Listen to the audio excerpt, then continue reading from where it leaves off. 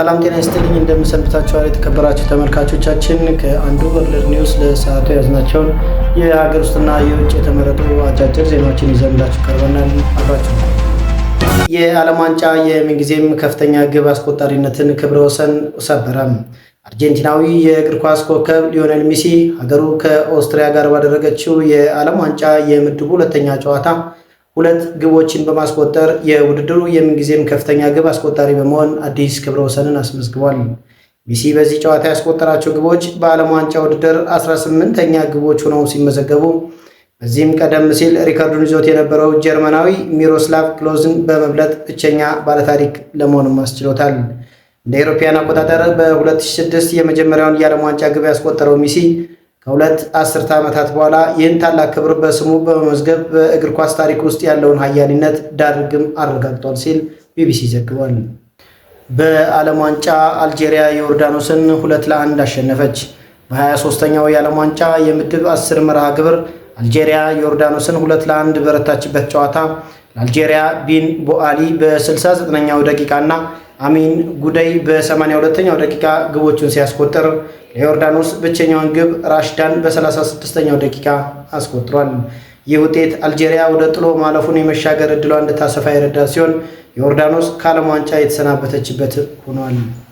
የሀገሪቱን ኢኮኖሚ ማነቃቃት አልቻሉም። በሕዝብ ዘንድ ያላቸውን ተቀባይነት በከፍተኛ ሁኔታ አሽቆልቁሏል። በሹመት ላይም ከፍተኛውን ውዝግብ ፈጥሯል የተባለላቸው የብሪታንያው ጠቅላይ ሚኒስትር ኬር ስታርመር ከስልጣናቸው እንደሚለቁ ሰሞኑን አስታውቋል።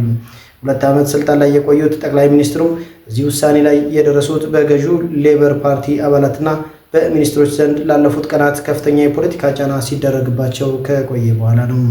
ባለፈው ሳምንት በተካሄደው የፓርላማ ማሟያ ምርጫ የፓርቲው ቁልፍ ተቀናቃኝ የሆኑት አንዲ በርንሃም ያገኙትን ወሳኝ ድል ተከትሎ ነው ጠቅላይ ሚኒስትሩ ጫናው የበረታባቸው። አዲሱ ጠቅላይ ሚኒስትርና የፓርቲው መሪ እስከ መጪው መስከረም ወር ፓርላማው ስራ ከመጀመሩ በፊት ተለይቶ የሚታወቅ ሲሆን እስከዚያው ድረስ ግን ስታርመር በኃላፊነታቸው እንደሚቆዩም ገልጸዋል። የእሳቸውን ከስልጣን መልቀቅ ብሪታንያ ላለፉት 10 ዓመታት ውስጥ 7ኛውን ጠቅላይ ሚኒስትር እንድታስተናግድ ያደርጋታል ሲል ቢቢሲ ዘግቧል። የቀድሞው የትግራይ ክልል ፕሬዝዳንት አምባሳደር ጸጋይ በርሄ ከዝርፊያና የአካል ጥቃት ማምለጣቸው ተሰማም። የቀድሞ የትግራይ ክልል ፕሬዝዳንትና በኢህአዴግ ዘመን የጠቅላይ ሚኒስትሩ መለስ ዜናዊ የደህንነት ጉዳዮች አማካሪ የነበሩት አምባሳደር ጸጋይ በርሄ በመቀሌ ከተማ በታጠቁ አጃቢዎቻቸው ድጋፍ ካጋጠማቸው የዝርፊያና የአካል ጥቃት ለጥቂት ማምለጣቸው ተነግሯል። አምባሳደር ጸጋይ በርሄ በመቀሌ ከተማ ለተለመደው የጤና እንቅስቃሴ በወጡበት ወቅት ማንነታቸው በውል ያልታወቁ 2 ዘራፊዎች የሞባይል ስልካቸውን ለመቀማት ሙከራ አድርገዋል። በወቅቱ ስልኩን ላለማስነጠቅ በአምባሳደሩና በሁለቱ ዘራፊዎች መካከል ጠንካራ አካላዊ ትንቅንቅ የተፈጠረ ሲሆን በቅርብ ርቀት ሁኔታውን ይከታተሉ የነበሩት አጃቢዎቻቸው ሽጉጥ በመተኮስ ዘራፊዎቹ ለቀዋቸው እንዲጠፉ ማድረጋቸውም ተገልጿል። በዚህ ምክንያት በቀድሞው ፕሬዝዳንት ላይ ምንም አይነት የአካል ጉዳት ሳይደርስ እንዲሁም ንብረታቸው ሳይቀማ በሰላም መትረፋቸውም ተረጋግጧል።